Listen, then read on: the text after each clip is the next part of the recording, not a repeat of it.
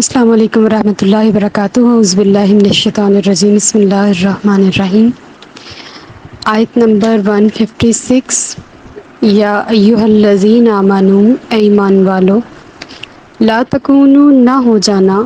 کالذین ان لوگوں کی طرح کفروا جنہوں نے کفر کیا وقالو اور جو کہتے تھے لإخوانہم اپنے بھائیوں سے اذا ضربوا جب وہ سفر کرتے فی الارض زمین میں یا کسی علاقے میں او کانوا غزاً یا ہوتے جہاد کرنے والے لو کانوا عندنا اگر وہ ہمارے پاس ہوتے ما ماتوا تو نہ مرتے وما قتلوا اور نہ مارے جاتے لیجعل اللہ تاکہ بنا دے اللہ تعالی ذالک حسرتاً اس خیال کو حسرت کا باعث فی قلوبہم ان کے دلوں میں واللہ اور اللہ تعالی یحیی زندہ فرماتا ہے ویمیت اور مارتا ہے واللہ اور اللہ تعالی بما تعملون بصیر جو عمل تم کر رہے ہو اس کو دیکھنے والا ہے۔ اس آیت میں اللہ پاک ہمیں منافقین کے اندرونی ان کے بذات صدور سینے کے راز بتا رہے ہیں۔ اللہ تعالیٰ فرما رہے کہ منافقین جو اپنے آپ کو مسلمان کہتے ہیں اور یہ بھی کہتے ہیں بھائی چارہ ہے ہم سب مسلمان ہیں، جب کوئی مسلمان کہیں کسی جہاد میں جاتے ہیں یا کسی غزوے میں شریک ہوتے ہیں اور کوئی مسلمان جامع شہادت نوش کر لیتا ہے تو رونی صورت بنا کے کہتے ہیں ہائے ہائے یہ تو مر گیا، مارا گیا، اگر یہ ہمارے پاس ہوتا تو کبھی بھی نہ مرتا۔ اللہ تعالیٰ فرما رہے ہیں کہ جو موت ہم نے پچھلی آیت میں پڑھا نا جہاں لکھی ہے جس حال میں لکھی ہے وہ آ کے رہنی ہے، چاہے بندہ نرم گرم بستروں میں ہو، زمین کی تہوں میں ہو، آسمان کی بلندیوں پہ ہو، کہیں بھی ہو، جہاں لکھی ہے جو لکھی ہے وہ آ کے رہنی ہے۔ تو یہ بات حسرت بنا دی اللہ نے ان کے دلوں میں، آرام سے گھروں میں رہتے یہ مصیبت نہ آتی، بچے یتیم ہوئے، سہاگ اجڑا۔ تو اللہ تعالیٰ فرماتے ہیں کہ اگر میں چاہوں تو جہاں گولیاں برس رہی ہوں، تیر تلوار چل رہے ہوں، توپیں گولے بارود برسا رہی ہوں، میں وہاں بندوں کو بچا لوں، اور جہاں کچھ بھی نہ ہو نرم گرم بستروں میں آرام سے سو رہے ہوں وہاں موت آ جائے، یہ تو اللہ کے ہاتھ میں ہے نا۔ واللہ یحیی و یمیت، وہی زندہ کرتا ہے وہی مارتا ہے، جو چیز اس کے ہاتھ میں ہے اس میں ہمارا کیا اختیار ہے۔ اور دوسری بات یہ ہے کہ حسرت بنا دی گئی ان کے دلوں میں کہ جیسے اللہ معاف کرے ہمارا کوئی چلا جاتا ہے تو ہم فوراً دوش دینے لگ جاتے ہیں، اگر وہ یہ نہ کرتا تو اس نے بچ جانا تھا، اگر وہ یہ کر لیتا تو شاید وہ دنیا سے نہ جاتا۔ لیکن ہم یہ نہیں دیکھتے کہ جو بندہ دنیا میں آیا ہے وہ جتنی عمر لے کر آیا ہے وہ اتنی ہی عمر گزار کر جائے گا، نہ اس سے 1 انچ زیادہ نہ اس سے 1 انچ کم۔ جو جتنے سانس لکھے ہیں، جتنی دھڑکنیں لکھی ہیں، جب وہ سب پورے ہو جائیں گے تو اللہ بغیر اسباب کے بھی، بنا اسباب کے اور اسباب کے ساتھ بھی، بیمار کر کے بھی۔ اور حسرت یہ ہے کہ مسلمان ان کی باتوں کو نہیں مانتے۔ اب دیکھیں باپ شہید ہو چکا ہے تو بیٹا اس کی جگہ پہ کفن باندھے میدان میں آ گیا، بھائی سر کٹا چکا ہے تو دوسرا بھائی کہہ رہا ہے کہ اب میں بھی شہید ہونے جا رہا ہوں۔ ابھی آپ نے دیکھا ہے جو ہیلی کاپٹر حادثے میں ہمارے شہید ہوئے ہیں تو ان کے ایک بیٹے سے کسی نے پوچھا کہ آپ بڑے ہو کے کیا بنیں گے، تو کہتے ہیں کہ اپنے بابا کی طرح شہید ہوں گا۔ یہ ہے اسلام، یہ ہے ہمارا ایمان۔ آیت نمبر 157 وَلَئِن قُتِلْتُمْ اور اگر تم واقعی قتل کیے جاؤ فی سبیل اللہ اللہ کی راہ میں، او تم یا مر جاؤ لمغفرۃ من اللہ تو اللہ کی طرف سے بخشش ہے، رحمتن اور رحمت ہے، خیر بہتر ہے، مما یجمعون اس سے جو وہ جمع کر رہے ہیں۔ تو شہادت کا رتبہ بہت بلند ہے۔ اللہ تعالیٰ فرما رہے ہیں ویسے تو جانا ہی ہے سب نے، لیکن اگر کوئی میری راہ میں میرے دین کی خاطر لڑتا لڑتا شہید ہو جائے تو اس کے لیے اللہ کی طرف سے بخشش ہے، رحمت ہے، اور وہ سب کچھ جو وہ جمع کر رہا ہے ساری زندگی کا اس سے بہتر ہے، یعنی کہ نماز، روزہ، حج، زکوٰۃیں، معاملات، جتنی بھی نیکیاں اعمال جمع کر رکھے ہیں وہ ان سب سے بہتر ہے وہ ایک شہادت جو وہ اللہ کی راہ میں اپنی جان کو دے کر حاصل کر رہا ہے۔ تو یہ ایک عام شہید کا رتبہ ہے، اور امام حسین کے رتبوں کی تو کوئی حد ہی نہیں۔ آیت نمبر 158، وَلَئِن مُتُّمْ، اور اگر تم مر گئے، او قتل تم یا مارے گئے، لا الی اللہ تحشرون، تو اللہ کے حضور ضرور حاضر کیے جاؤ گے۔ یعنی کہ اب یہ مطلب نہیں ہے کہ شہید ہو گئے یا مارے گئے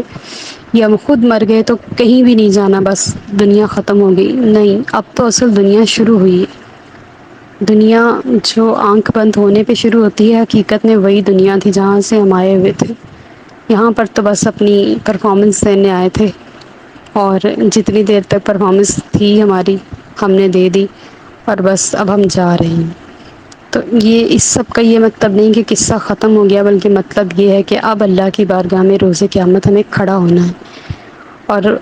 وہ جو ہماری شہرک سے زیادہ قریب ہے، جس کی قربت کا ہمیں احساس نہیں ہے، اس کو اپنی سر کی آنکھوں سے مشاہدہ کرنا ہے، اور پھر ہم اعتراف کر لیں گے کہ ہاں وہ ذات ہے جس سے ہم ساری زندگی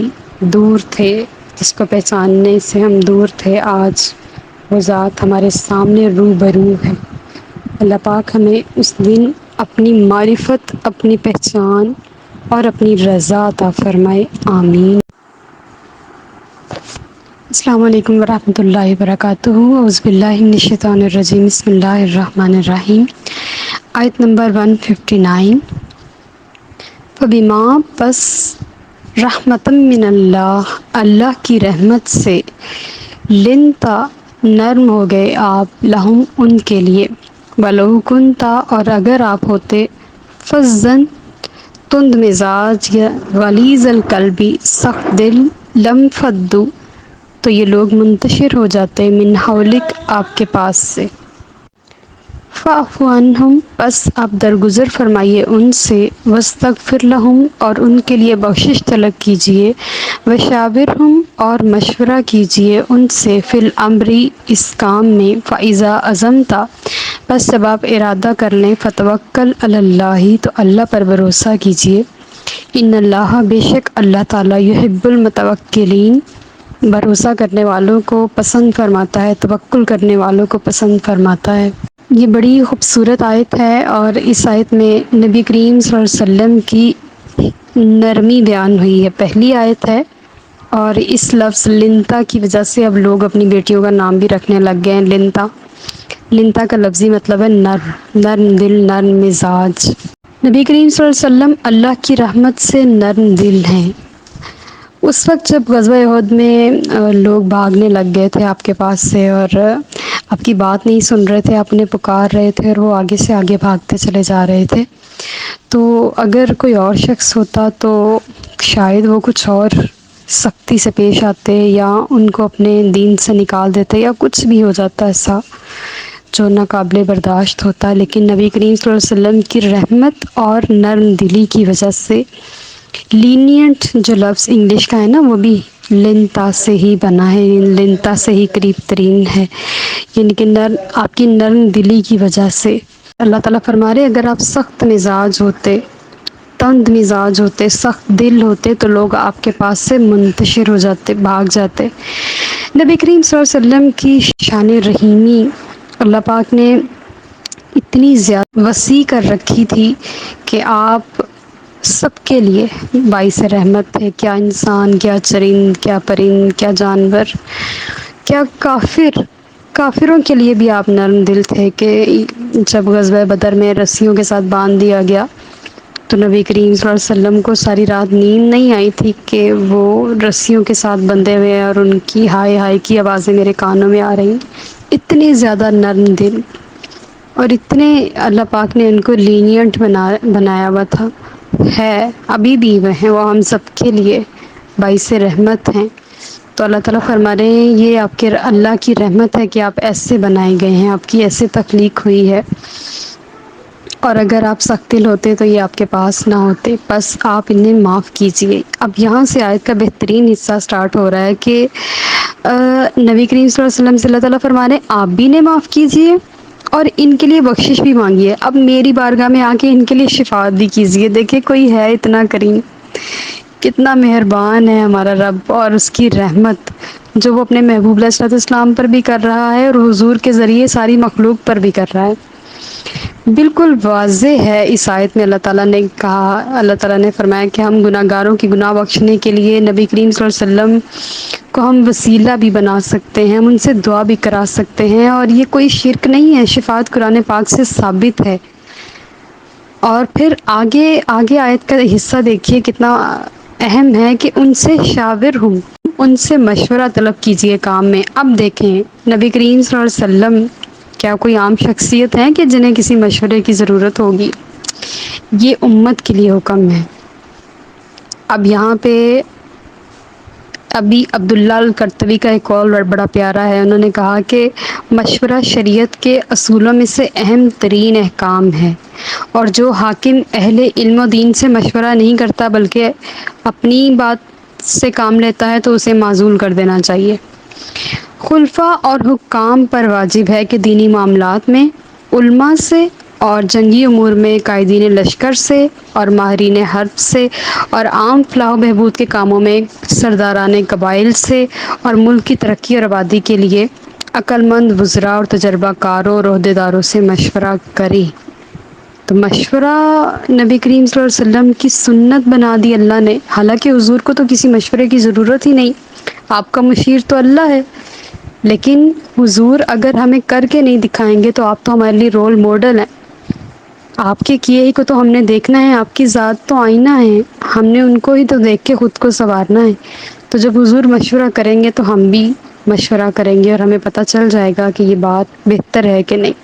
اور اس کا ایک سبب تو یہ تھا کہ مشورہ سنت رسول بن جائے، اور دوسری سب سے بڑی وجہ یہ تھی کہ صحابہ کے دلوں کو خوش کرنا، ان کی قدر و منزلت کو بڑھانا۔ اب آپ اگر کسی سے مشورہ لیتے ہیں تو وہ بندہ بڑا خوش ہوتا ہے کہ مجھے کسی قابل سمجھ رہا ہے جو مجھ سے مشورہ لے رہا ہے، اس کے پاس ضرور کوئی میرے سے زیادہ بہتر رائے ہو سکتی ہے، یا ہم دو تین لوگوں سے اگر کوئی بات پوچھتے ہیں تو ہمیں اچھے جو ہے نا دلائل ملتے ہیں اور ہم ان کے مطابق اچھا فیصلہ کرنے کے قابل ہو جاتے ہیں۔ تو اس لیے مشورہ کام میں لینا چاہیے، اور جب کسی کام کا مصمم ارادہ کر لیں تو پھر اللہ پہ بھروسہ کرنا چاہیے، پیچھے نہیں ہٹنا چاہیے۔ اب آپ نے ارادہ کر لیا ہے تو بس اب اس کو پورا کر کے رہنا ہے، اور اللہ پہ بھروسہ کرنا ہے کہ وہ اپنے بندوں کو کبھی تنہا نہیں چھوڑتا اور ان کی مدد کرتا ہے۔ اور ہاتھ پہ ہاتھ دھرے تو کام نہیں نہ بنتا، محنت کرنے سے ہی کام بنتا ہے، اور محنت اور توکل دو چیزیں ہیں۔ اگر بندہ صرف اپنی محنت پہ بھروسہ کرے اور اسے کسی توکل پہ یقین نہ ہو تب بھی وہ نقصان میں ہے، اور اگر وہ صرف توکل کرے اور کسی بھی کام پہ ہاتھ نہ ڈالے تب بھی وہ نقصان میں ہے۔ تو اللہ تعالیٰ فرما رہے میں توکل کرنے والوں سے محبت کرتا ہوں، لیکن سب سے پہلے عزم، آپ پہلے ارادہ کریں کہ میں نے یہ کام کرنا ہے، پھر اس کے بعد مجھ پہ توکل کریں تو انشاءاللہ وہ کام ضرور کامیابی سے ہمکنار ہوگا۔ آیت نمبر 160، ان ینصرکم اللہ، اگر مدد فرمائے تمہاری اللہ، فلا غالبا، تو کوئی غالب نہیں آ سکتا، لکم تم پر، وَإِن یخذلکم، اور اگر وہ چھوڑ دے تمہیں، فمن ذا الذی، تو کون ہے، ینصرکم، جو تمہاری مدد کرے، من بعدہ، اس کے بعد، وعلی اللہ، اور اللہ ہی پر، فلیتوکل المؤمنون، مومنوں کو بھروسہ کرنا چاہیے۔ اگر اللہ مدد کرے تو کوئی غالب نہیں آ سکتا، یہ اس کی طاقت ہے، اس کی سلطنت ہے، بادشاہت ہے، حکم اس کا،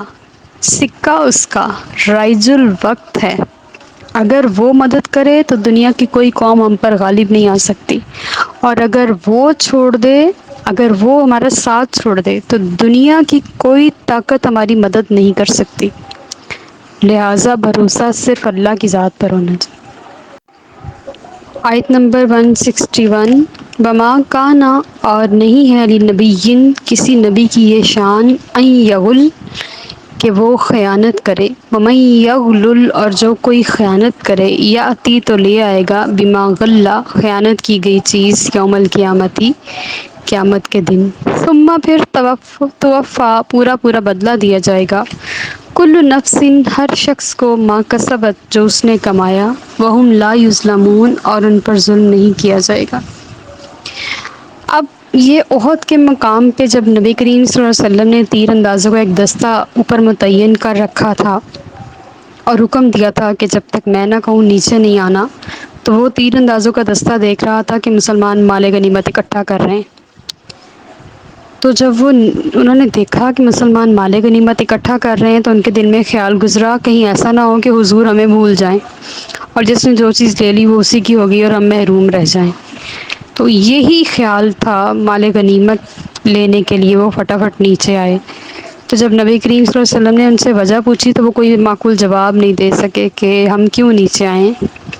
اس وقت حضور نے ان کے دل کی بات کہہ دی۔ حضور نے فرمایا تم یہ خیال کرتے ہو کہ ہم خیانت کریں گے اور تمہیں کچھ نہیں دیں گے؟ اس وقت یہ آیت نازل ہوئی کہ خیانت نہیں ہو سکتی، ہر فوجی کا پورا پورا حق ہے، جتنی اس کی محنت ہے اتنا اس کو اجر ملے گا، اتنا اس کو فائدہ ملے گا، تاکہ وہ اگلی جنگ میں اس سے بھی بہتر انداز سے لڑے۔ تو یہ کسی نبی کی شان نہیں ہے کہ وہ خیانت کرے، اور کبھی بھی انبیاء سے اس چیز کو موسوم نہیں کیا جا سکتا کہ انہوں نے خیانت کی، بلکہ ہمارے ذمے بھی ہے کہ اگر کوئی اپنی 1 روپے کی چیز بھی ہمارے پاس رکھوا کے جاتا ہے تو ہم اسے پورے 1 روپے کی چیز ہی واپس کریں گے۔ ہم اس میں ایک آنے کی بھی خیانت نہیں کریں گے، کمی نہیں کریں گے۔ امانت میں خیانت کرنا یہ تو منافق کی علامتوں میں سے ایک علامت ہے نا۔ اور اگر کوئی مشورہ مانگے تب بھی وہ بھی امانت ہوتا ہے، اور اس کو بھی پوری ایمانداری کے ساتھ دینا چاہیے، یہ نہیں کہ کسی کو غلط مشورہ دیں۔ اگر کوئی کہے کہ میری بات کسی سے کرنا نہیں تو یہ بھی امانت ہوتی ہے،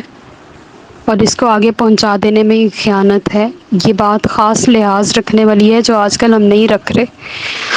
بہت ساری امانت کا ایک بہت بڑا ایک وسیع ٹاپک ہے،